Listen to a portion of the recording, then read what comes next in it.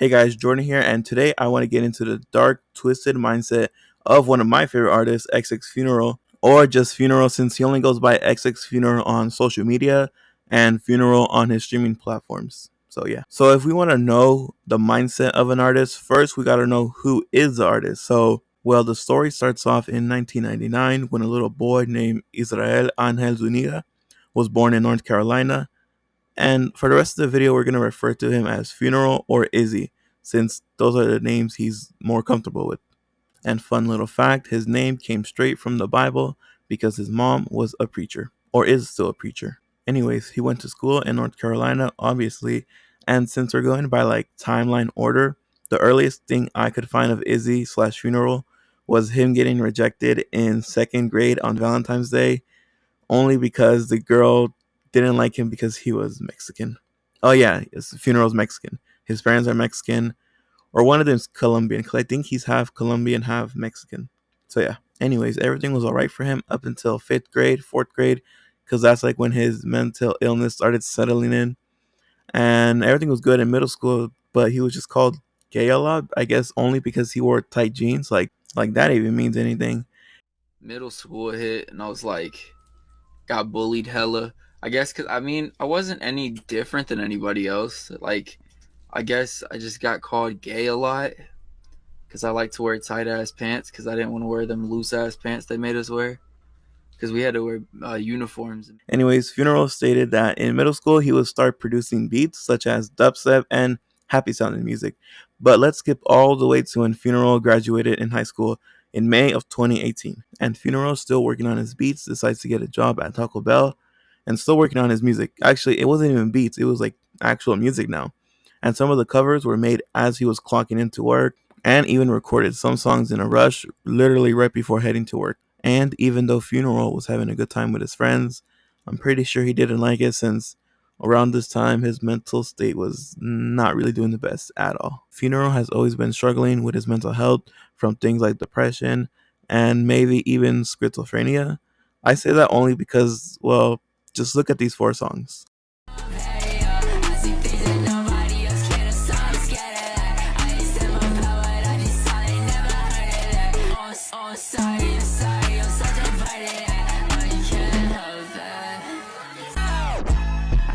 I'm in danger. I think I see demons in my crib. I'm a stranger. I can never be alone. It's all my thoughts. I hate it.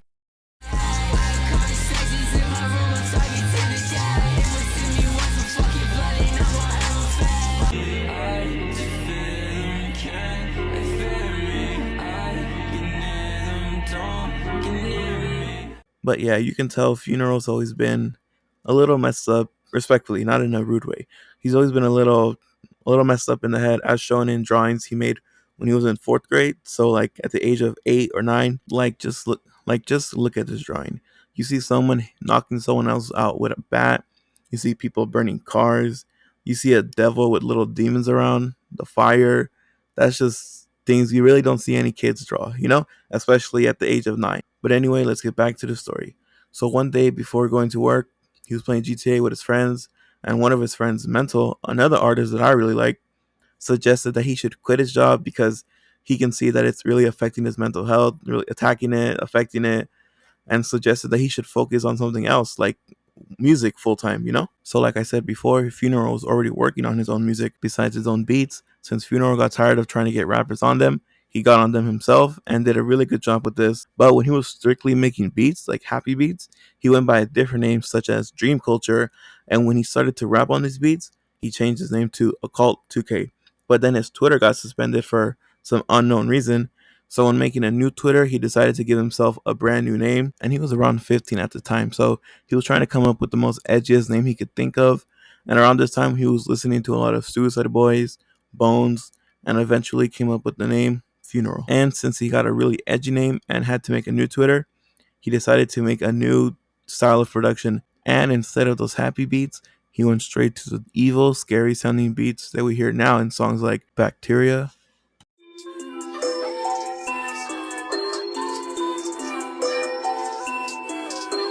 It's Over Too Late,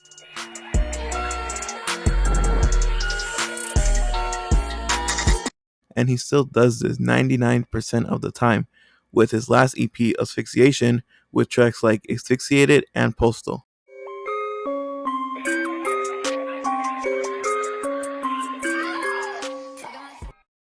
And even did this with his new album that dropped like 2 weeks ago, like last month, on his album I Know Something You Don't, track 7, Calling All Night.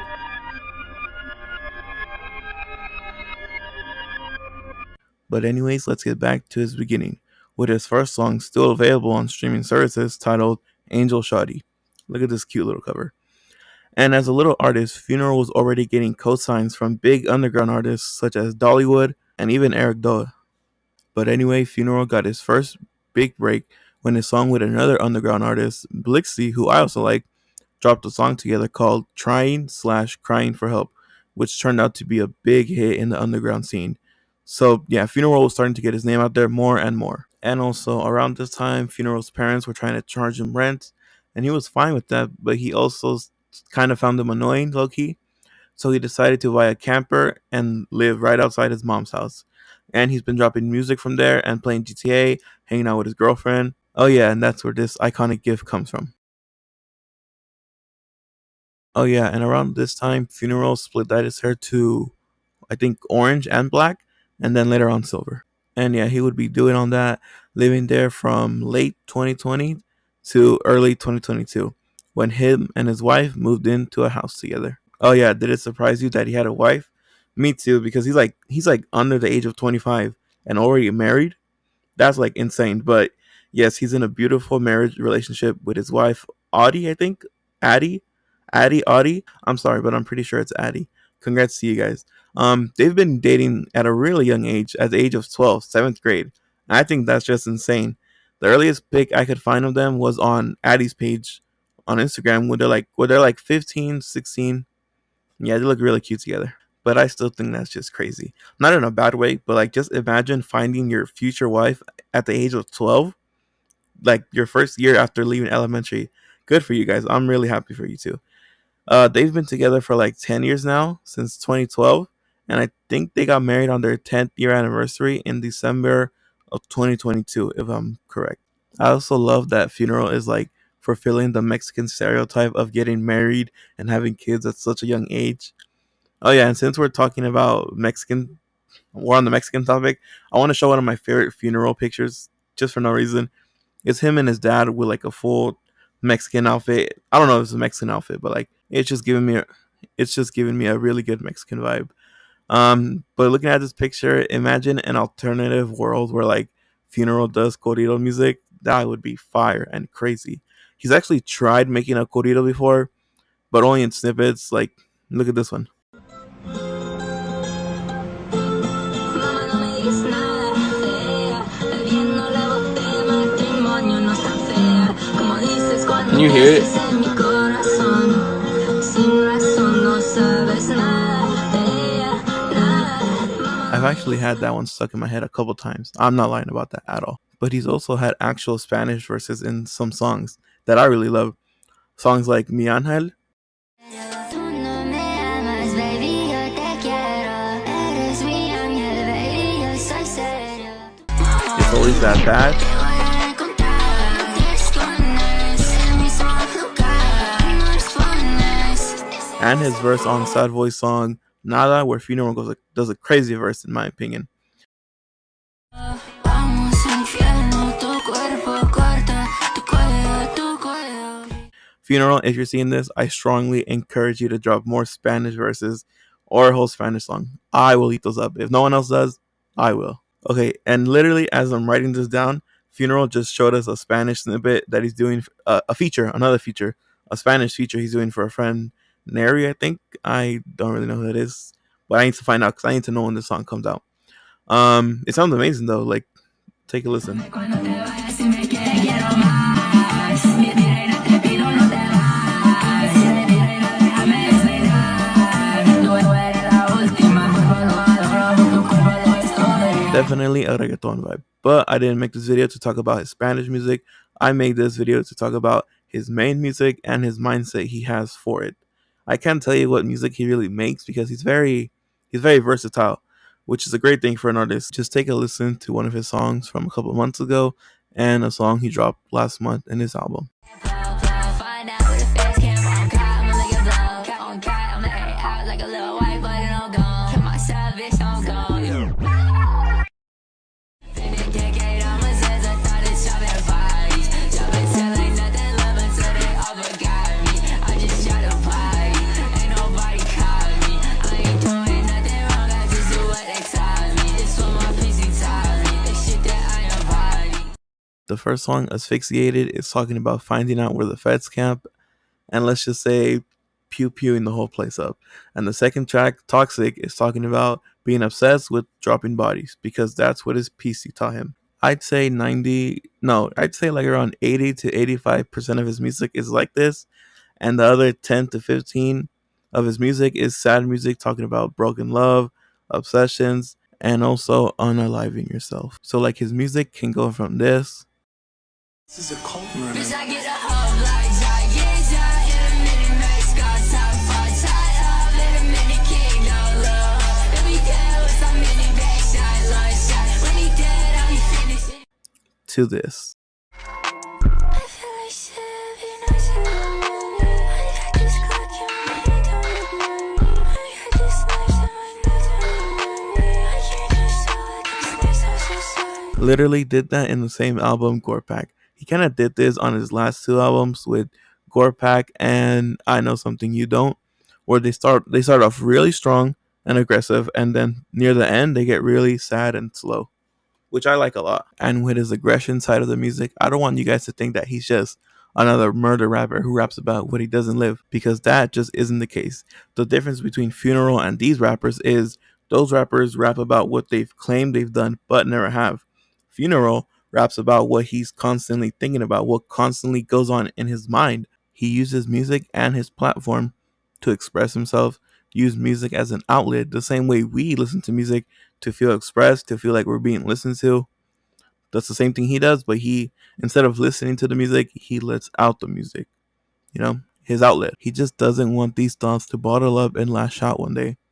Also, in an interview explaining that most of his rage comes from experiences with bad people, mainly from school, like when people would make fun of him. I straight up think it's well, I don't know. I kind of got clowned on hella when I was in middle school, and a lot of my rage does come from that. Yeah, No, but- yo, real quick. So yeah, most of his music is showing anger towards the public, as you can clearly tell by these songs.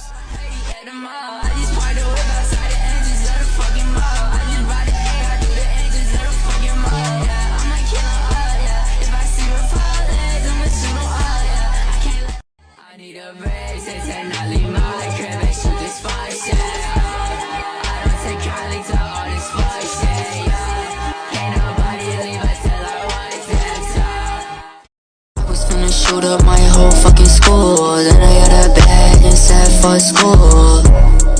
And a fun fact about the song Drool is that one comes from a side account. And a bigger fun fact is that Funeral has a lot of side accounts. Like, he has his main account, and then he has Funeral 2, Funeral Archive, Sicario, and another old account titled Cult Boy. And a creepy fact about the Sicario account is that, well, the covers for the songs are all like usually screenshots of videos where bad things happen to the public people. You get the idea. So yeah, Drool is a really old account. Lost Control is a song that dropped last July on his album Gore Pack. And Where Nobody Goes dropped like a month ago on his album I Know Something You Don't. So these thoughts have always been there. Basically, I get the public threat vibe from Izzy sometimes, and I know he says that music helps him like to get these thoughts away. He uses it as an outlet, but like I get the feeling that sometimes he still feels like snapping, as you can see in the screenshot I got from a couple months ago from his story, where he says that feeling when you're about to snap in public. But those are the reasons I love and think Funeral is a very unique artist compared to anyone else. But this doesn't mean like if you see him in public, you should be like afraid or scared. He loves his fans, or as he likes to call it, his friends that just happen to listen to him. He's very approachable, I think. He's very nice. I've talked to him a few times in DMs. I even asked him about this video if it was okay if I used pictures of his wife or dad, and he said it was fine. I even asked him if his music was copyrightable, which he said no, since he's not signed. So thank you, Izzy. And that's pretty much all I know about Funeral. I don't know what he'll be doing next. Probably more music. All I know is that recently he dropped an album. He also did a show in Brooklyn, New York, where he performed a song from the album, which I think everyone really liked.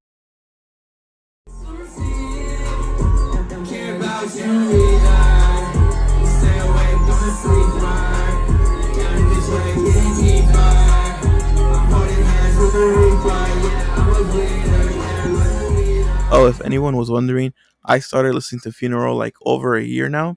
I got put on by a YouTuber, Tub, who's another artist as well, a really good artist, who's great and has collabed with Funeral one time on a song Cold, where I instantly became a fan. I checked out his music while I was in school. I wanted to cry listening to Under Control for the first time. I'm not lying. I actually listened to Funeral for the first time last year in school in April.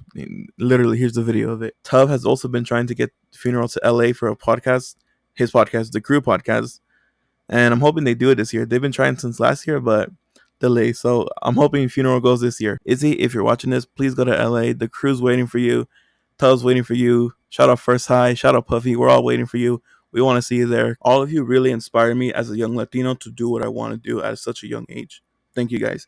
And also, as I'm editing this, I know I'm yapping too much. Sorry, but as I'm editing this, Funeral's merch just came in. I ordered a shirt for the I Know Something You Don't album, and it looks great. Yeah, thank you, Funeral. You're the GOAT for free shipping. And yeah, that's the end of the Funeral video, guys. If you guys want to check out Funeral's music, you can check them out on Spotify. I also have a playlist that I listen to every single day. If you guys want to listen to that, it's like, for me, it's Funeral's best song. So I'll put that in the description for you guys. So check that out. Please like the video. Please subscribe. I've been working on this video for like over a month. The script for like over a month since last month.